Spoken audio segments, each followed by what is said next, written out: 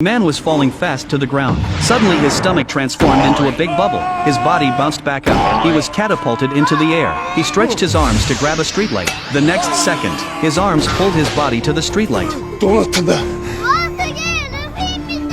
Several kids quickly gathered around him. The man became panicked. He went back to the hospital and had a full body checkup. The doctor told him that his body had turned entirely into rubber. This happened that very morning. This man, who was originally disabled, casually picked up a strange fruit. He ate a bite of it directly, so his body turned into this state. He wondered if he had eaten the devil fruit. A nurse came to his room, claiming to help him bathe. The man was so excited to hear that, and couldn't wait for it. He soaked his body in water. The nurse brought a towel. Upon opening it, she revealed 2 wires. She was an assassin sent to eliminate the man. While he was off guard, the nurse put the wires into the water, intending to electrocute him. Unexpectedly, he didn't hurt at all, as rubber is an insulator.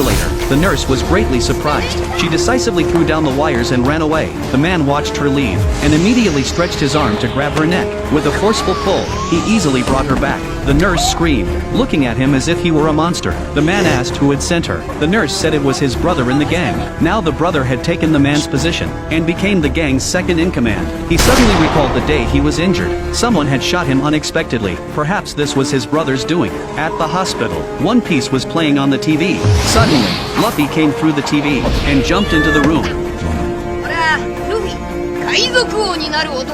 Luffy grabbed the man's face. The skin was stretched to a great length. Luffy said that having heard about a similar being in this world, he came to see for himself. The fruit he ate was indeed the devil fruit. Now he had become a rubber man. The door was opened. A bald man barged in, pointing a gun at him. Instinctively, he stretched his arm, and grabbed the bald man's neck. He pulled him to the bed and restrained him. Clearly, he was a member of the gang. Wanting to silence the man, he demanded the location of his brother, and was ready to start his revenge. He sprang to the ground nimbly, and found that his disabled leg had healed. After eating the devil fruit, his wound healed naturally. Walking on the path of revenge, Luffy was captivated by the seaside night view.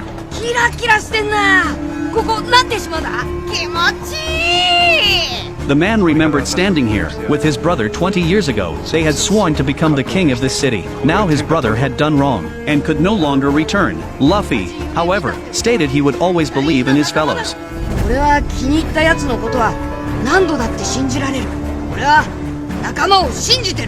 The second-in-command in the warehouse had already completed the deal. Suddenly, a familiar figure appeared at the entrance. It was the man coming for revenge. The man questioned why he had been betrayed. His brother denied it, but becoming the second-in-command in place of him was a fact. His brother also resented him for being brainless, only resorting to brute force. Their argument became increasingly heated. The brother sent his men to teach him a lesson. This man, now fearless, swung his arm, landing a heavy punch. He knocked one directly to the ground. Everyone was in disbelief. Then, he used the same trick, slapped the remaining few one by one. He quickly dealt with these guys. Seeing the man as a monster, they shot at him with guns. The bullets hit the man's body, but they all bounced back. He was not harmed in any way. Then he again swung his arm. He used a powerful palm technique, shattering the ground.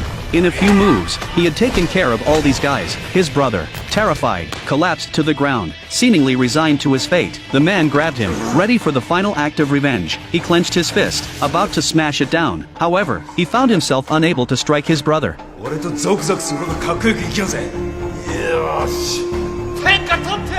Deeply conflicted, he could not bring himself to land the punch.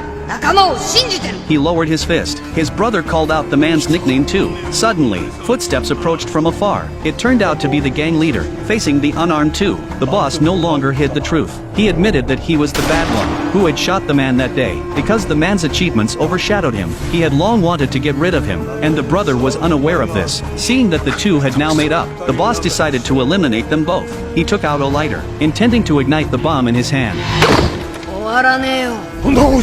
Luffy arrived just in time. He leaped in front of the boss, and declared that the man was also his friend. The boss, stubbornly misguided, lit the bomb. Luffy activated Gear 3rd, his arm swelling to 3 times its size.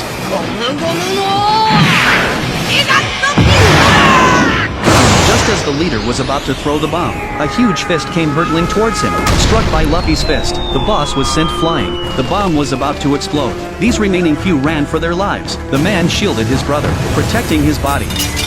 The two returned to the seaside, where their dream had begun. The man apologized to his brother, saying he shouldn't have doubted his fellow. The two brothers made up as before. Luffy watched the pair, hearing the sound of waves breaking. It was his ship. Luffy's crew had come looking for him. This guy, determined to become the Pirate King, continued his journey for One Piece.